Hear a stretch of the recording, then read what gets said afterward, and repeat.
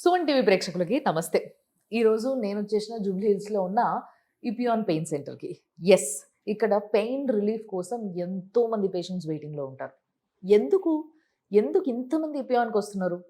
ఈ విషయంలో నిజంగా I have a very good clarity. ఎందుకంటే ఇంతకుముందు నేను ఒకసారి డాక్టర్ గారిని కలిసా, మాట్లాడా. వీళ్ళకున్న క్లారిటీ అండ్ వీళ్ళకున్న knowledge is divine.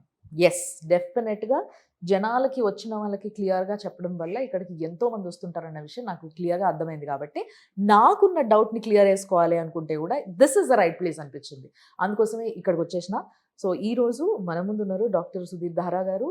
We all know him very well. He's the founder and director of ఇపియాన్. సో సార్ నమస్తే. సో సార్, యాక్చువల్గా ఈ డౌట్కి చాలా మందిని అడిగితే ఒక సాటిస్ఫైయింగ్ ఆన్సర్ నాకు రాలేదు. బట్ మిమ్మల్ని కూడా అడగాలనుకుంటున్నా. ఎందుకనంటే you always explain me a very good way. So యాక్చువల్గా కరోనా తర్వాత, ఈ కోవిడ్ పాండమిక్ తర్వాత చాలా మందిలో హిప్ జాయింట్లో పెయిన్స్ మొదలైనాయి. అసలు ఇదేంటో సంబంధం లేకుండా హిప్ జాయింట్ ఏంటి, అసలు కరోనాలో జరిగింది ఏంటి, అప్పుడు జ్వరం వస్తే మనం ఏమేమి తిన్నాము, అవి ఎక్కడి నుంచి తిన్నామో ఎక్కడ పెయిన్ లేకుండా డైరెక్ట్ హిప్ జాయింటే. సో అసలు ఏం జరుగుతుంది సార్? What is happening? ఏం అర్థం కావట్లేదు అసలు. హిప్ జాయింట్ పెయిన్స్ జనరల్గా ఇంతకుముందు 60-65 ఇయర్స్ దాటిన వాళ్ళకి వస్తుండేవి.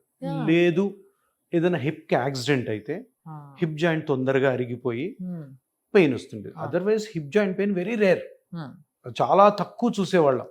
60 ఇయర్స్ తర్వాత ఎట్లాగూ హిప్లో గుజ్జు అరిగిపోతుంది కాబట్టి పెయిన్స్ వస్తుంది. ఇప్పుడు ఈ కోవిడ్ పుణ్యమా అంటూ మన కోవిడ్ రాగానే మనం ఏం చేస్తున్నాం, హాస్పిటల్ అడ్మిట్ అయినా అవ్వకపోయినా కానీ హై డోసెస్ ఆఫ్ స్టెరాయిడ్స్.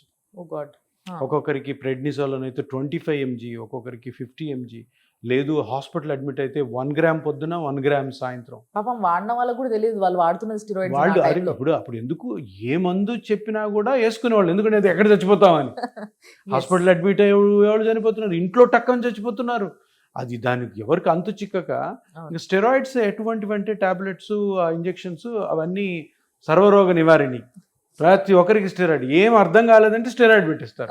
మీరు కూడా విలేజెస్ లో డాక్టర్స్ ఉంటారు కదా, మోకాల నొప్పికి వెళ్తుంటే స్టెరాయిడ్ రాసిస్తాడు, వాళ్ళు వేసుకుంటారు. ఏమంటారు, వేసుకోగానే వెంటనే తగ్గిపోతుంది. చాలా మంచి డ్రగ్, కానీ దానివల్ల చాలా చెడు జరుగుతుంది.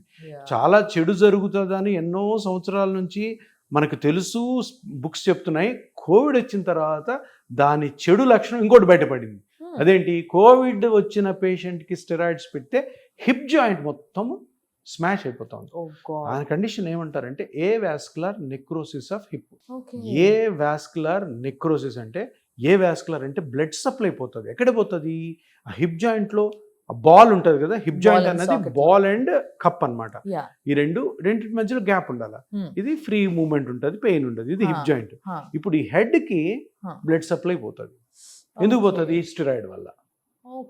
సో స్టెరాయిడ్ వల్ల పోవడం వల్ల ఇది కొలాప్స్ అయిపోతుంది. కొలాప్స్ అయినప్పుడు ఇది దగ్గరికి వెళ్ళిపోతుంది. మూమెంట్ పోయింది. మూమెంట్ పోవడంతో పెయిన్, ఫస్ట్ స్టిఫ్నెస్ స్టార్ట్ అవుతుంది, తర్వాత పెయిన్, దాని తర్వాత కంప్లీట్గా రేంజ్ ఆఫ్ మోషన్ పోతుంది, తర్వాత నడక కూడా పోతుంది. ఇంకొక పెక్యులర్ థింగ్ ఏంటంటే, ఇది 25 to 35 ఏజ్ వాళ్ళకి వచ్చింది. నా దగ్గర దగ్గర 250-300 మెంబర్స్ వచ్చారు. ఈ ఏజ్ 25 to 35 మట్టుకే సేమ్ ప్రాబ్లం. ఓల్డ్ ఏజ్ వాళ్ళకి ఎందుకో రాలేదు. కోవిడ్ తర్వాత స్టెరాయిడ్స్ తీసుకున్నా కూడా, కోవిడ్ తర్వాత నాకు కోవిడ్ వచ్చింది, నేను కూడా అడ్మిట్ అయ్యాను, నేను కూడా కోవిడ్ తీసుకున్నాను. అఫ్కోర్స్ నేను 50 క్రాస్ అయ్యాను కాబట్టి నాకు రాలేదేమో. 25 to 35 నా దగ్గరికే ఒక 300 మంది వచ్చారంటే మన స్టేట్లోనే కొన్ని వేల మంది ఎఫెక్ట్ అయింటారు. సో ఏ వాస్కులర్ నెక్రోసిస్ అన్నది ఇదొక one of the side effects of Covid. Covid మనిషి ప్రాణాలు తీసేసింది, లంగ్స్ చాలా బ్యాడ్ అయినాయి. ఇక్కడ ఇప్పుడు కోవిడ్ వల్ల వచ్చిన ఇంకొక బ్యాడ్ సిమ్టమ్ ఏంటంటే ఇది avascular necrosis of the hip. మరి ఎట్లా సార్? ఇప్పుడు అందరూ 25 to 35 ఏజ్ అని మీరే అన్నారు, వీళ్ళకి చాలా లైఫ్ ఉంది. సో ఎట్లా వాళ్ళు మరి? సో ఇప్పుడు 25-35కి ఏమున్నా ఏవాస్కులర్ నెక్రోసిస్కి ట్రీట్మెంట్స్? ఏవాస్కులర్ నెక్రోసిస్ ట్రీట్మెంట్ ఏమీ లేదు, హిప్ రిప్లేస్మెంట్. మొత్తం హిప్ అంతా తీసేసి పెట్టేయాలి. మరి ఈ ఏజ్ 25 to 35 ఎట్లా చేస్తారు? సరే చేశారనుకో, ఆ హిప్ రిప్లేస్మెంట్ ఎన్ని రోజులు పనిచేస్తే ఎవరికి తెలియదు. పనిచేయచ్చు బాగా, మంచి ఇంప్లాంట్ చేస్తే ఓ 15 years అయినా కూడా దాని తర్వాత ఇతని ఏజ్ 40 ఉంటుంది. 40 అంటే యంగ్ ఏజ్.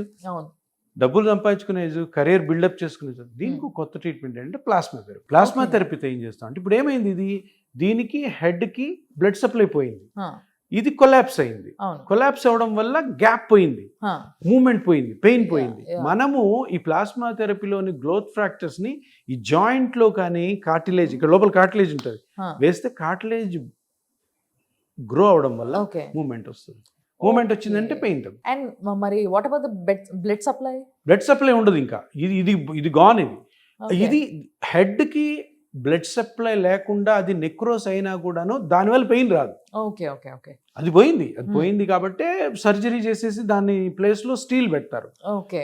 ఇప్పుడు ఆ ఏజ్ లో చేసుకోకూడదు సర్జరీ, Yeah, సర్జన్స్ కూడా yeah. వద్దంటారు. ఎందుకు, చిన్న వయసు బాబు, ఇప్పుడు చేసాక మళ్ళీ కాంప్లికేషన్ వచ్చింది, తర్వాత పెయిన్ వచ్చిందంటే ఏం చేయలేము, ఎందుకంటే సిమెంట్ వేసి అతికించుంటారు. అవును. సో అందుకని ఓల్డ్ ఏజ్ అయితే చేసుకోవచ్చు సర్జరీ. దీనివల్ల కాదనమాట.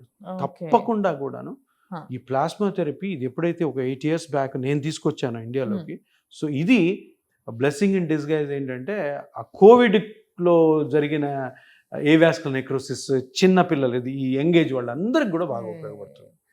సో నైస్ నిజంగా. అండ్ ఇంకోటి సార్, నేను ఇది ఎప్పుడు మీతో మాట్లాడాలనుకుంటా ప్రతిసారి, but I somewhere miss it. So ఈ ప్లాస్మా ట్రీట్మెంట్ అనేది ఫస్ట్ ఆఫ్ ఆల్ మీరే ఇంట్రడ్యూస్ చేసిండ్రు అని నేను విన్నా. సో యాక్చువల్గా ఎప్పటి నుంచో ఉన్న ట్రీట్మెంట్, బట్ ఈ మధ్య విపరీతంగా జనాలు అందరూ వింటున్నారు ఈ ట్రీట్మెంట్ని. సో ఇన్ని సంవత్సరాలుగా ఎవరికి తెలియదా అసలు ఏంటి, ఎక్కడికి వెళ్ళిపోయింది ఇది? ఇది దగ్గర 30-40 years బ్యాకే గవర్నమెంట్ అప్రూవల్స్ ఉన్నాయి. ఇది వెస్ట్రన్ కంట్రీస్లో స్టార్ట్ చేశారు, తర్వాత ఇండియా అడాప్ట్ చేసుకుంది. తర్వాత ఏదో చాలా రీజన్స్ వల్ల సర్జరీకి ఫేమస్ అయిపోయింది. Surgery has gained popularity. Okay. ఇది చిన్న ఇంజెక్షన్ కదా, మేబీ ఆ రీజన్ తోనేమో దీన్ని ఎవరు పాపులరైజ్ చేయలేదు. సర్జరీ ఇప్పుడు నీ జాయింట్ కి సర్జరీ, హిప్ జాయింట్ కి సర్జరీ, షోల్డర్ కి సర్జరీ, స్పైన్ కి సర్జరీ, అన్ని సర్జరీస్ ఫేమస్ అయింది. కానీ అలోపతిలో ఎలా ఉంటుందంటే ఎక్కడో ఒక దగ్గర ఒక బ్రేక్ వస్తుంది, ఆ ట్రీట్మెంట్ ఇంకా నెమ్మదిగా తగ్గుతాయి. సో ఇప్పుడు మనము స్టార్టింగ్లో మాట్లాడుకున్నప్పుడు ఇంత టెక్నాలజీ పెరిగింది, ఇంత రోబోటిక్ అంటున్నారు, ఆర్టిఫిషియల్ ఇంటెలిజెన్స్ అంటున్నారు, మరి ఇంత పెద్ద సర్జరీస్కి ఏదన్నా ఆల్టర్నేటివ్ ఉందా అని పబ్లిక్ అంతా చూస్తుంటుంది. అంతే కదా. ఇప్పుడు మనము ఒక మనిషి చేసే పని రోబో చేసేస్తుంది, లేదంటే 10 మంది మనుషులని రోబో చేస్తుంది, 100 మంది మనుషులు ఆర్టిఫిషియల్ ఇంటెలిజెన్స్ చేస్తున్నప్పుడు ప్రతి ఈ జబ్బు కానీ ఇటువంటి కండిషన్స్కి పెద్ద పెద్ద ఆపరేషన్స్ అవసరమా అన్న క్వశ్చన్ మార్క్ రీసెర్చ్ ఎప్పటి నుంచో జరుగుతుంది. ఆ రీసెర్చ్ జరుగుతుంది. దీన్ని ఒక 8 years బ్యాక్ నేను బయటికి తీశాను. ఇది ఉంది ఆల్రెడీ, కొంతమంది డాక్టర్స్ చేస్తున్నారు, ortho doctors all over India. వాళ్ళు దాన్నే నమ్ముతారు. ఆపరేషన్స్ వాళ్ళకి పెద్దగా ఆపరేషన్స్ నేర్చుకున్నా కూడా చేయలేదు వాళ్ళు. సో వాళ్ళ దగ్గరికి వెళ్ళాను, నేను చూశాను, అరే ఇదేదో బాగుంది, దీన్ని కొంచెం రిఫైన్ చేసి మనం కానీ తీసుకొచ్చామనుకో ఎంతో మంది ప్రజలకు ఉపయోగపడుతుంది, సింపుల్గా అయిపోతుంది అన్న కాన్సెప్ట్తో తీసుకురావడం, దాన్ని అందరు యాక్సెప్ట్ చేయడం. ఇంకా బెస్ట్ ఏంటంటే నాకు నచ్చిన ఆర్థోపెడిషియన్స్ కూడా యాక్సెప్ట్ చేశారు, వాళ్ళు కూడా చేస్తున్నారు, మంచిది కదా. సో నూకర్న్ కార్నర్స్లో కూడా జరుగుతుంది. ఇప్పుడు శ్రీకాకుళంలో ఎక్కడో ఒక వీధిలో పిఆర్పి చేసేవాళ్ళు, ప్లాస్మా థెరపీ చేసేవాళ్ళు ఉన్నారు. ఇంకా స్ప్రెడ్ అవుతుంది, ఇంకా మంచి జరుగుతుంది. ఎస్. సో జనాలకి ఈ సర్జరీల నుంచి ఆల్టర్నేటివ్ ఇంకొకటి ఉండాలి, అది కూడా వాళ్ళకి ఖర్చు తక్కువ అవ్వాలి కంపారిటివ్లీ, అండ్ నొప్పి తక్కువ అవ్వాలి, and at the same time మంచి లైఫ్ లీడ్ చేయాలి. సో ఇవన్నీ కావాలి అంటే ఒక ఆప్షన్ ఉండి చాలా రోజులుగా ముందుకు రాని దాన్ని ఆయనే మన ముందుకు తీసుకొచ్చి పెట్టిందే కాకుండా మన కోసం ఒక మంచి క్లినిక్ని ఏర్పాటు చేశారు with all facilities and well spoken staff. కాబట్టి మీరందరూ కూడా ఏం చేయాలి అని అంటే, ఒకవేళ మీకు అలాంటి ప్రాబ్లమ్స్, ఇష్యూస్ ఏమన్నా ఉంటే ఫస్ట్ కింద స్క్రీన్ పైన కనిపిస్తున్న నంబర్స్ని ఒకసారి ఫోన్ చేసి మాట్లాడండి, మీరు కాంటాక్ట్ అయ్యి. దాని తర్వాత మీకున్న ఇష్యూస్ని చెప్పుకొని మీరు ఒక అపాయింట్మెంట్ తీసుకొని వచ్చిన తర్వాత మీరు అన్ని విషయాలు తెలుసుకొని then you can go for further treatment గురించి ప్లాన్ చేసుకోవచ్చు. Thank you so much sir. నమస్కారం. Thanks a lot. చూస్తూనే ఉండండి సుమన్ టీవీ.